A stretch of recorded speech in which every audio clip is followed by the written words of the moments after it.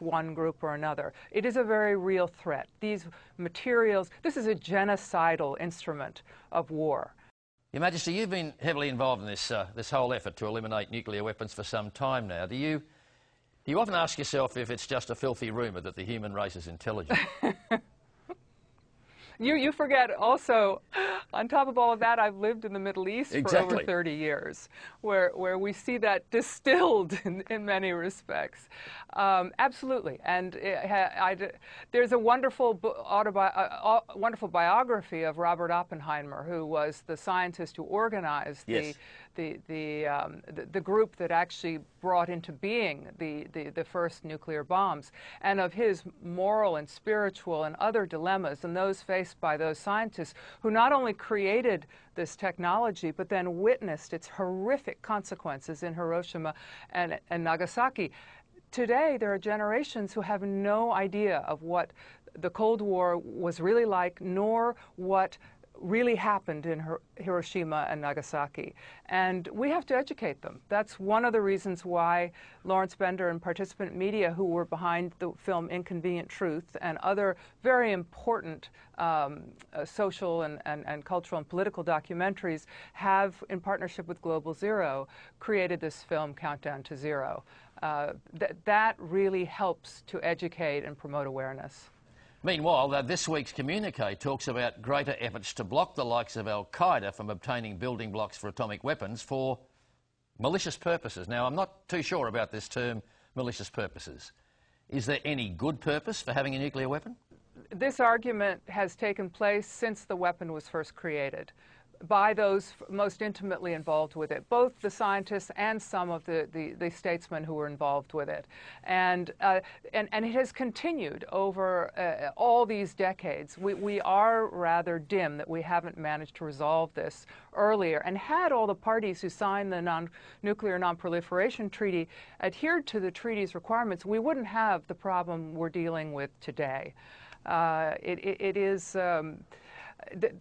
The Quran says, and I'm a Muslim, as no doubt you're aware, the Quran says the killing of an innocent, the taking of an innocent life is tantamount to killing all of mankind. And these weapons are a sin in my religion. And that has been evoked by previous leaders in Iran, believe it or not.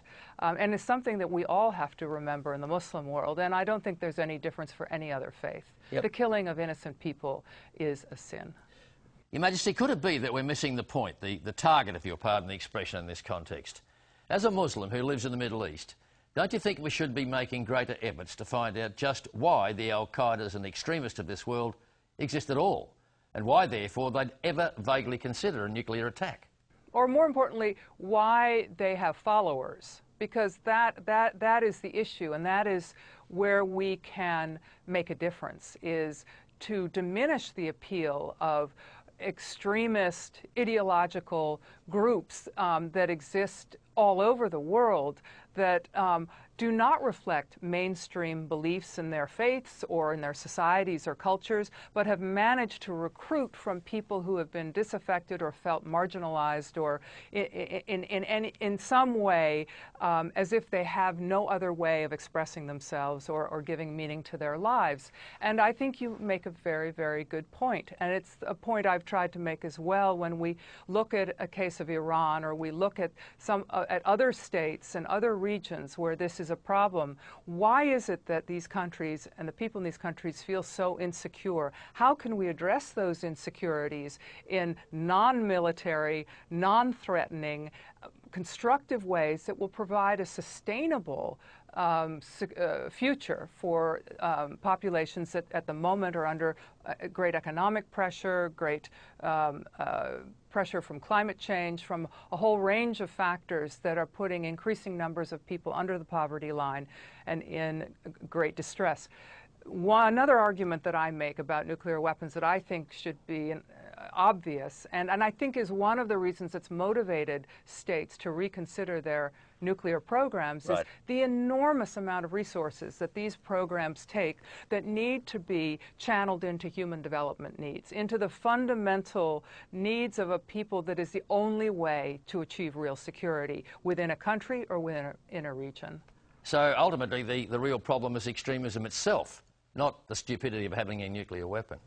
I agree with you. I think that there are always going to be fanatics and charismatic extremists who are going to be able to draw a following, but they should never, the way that we address or set the priorities in our different countries and now as an interdependent global community to ensure that people have fundamental security in their lives, that we put human security and the welfare of the human being as the underpinning for the good society that we all seek wherever we live in the world.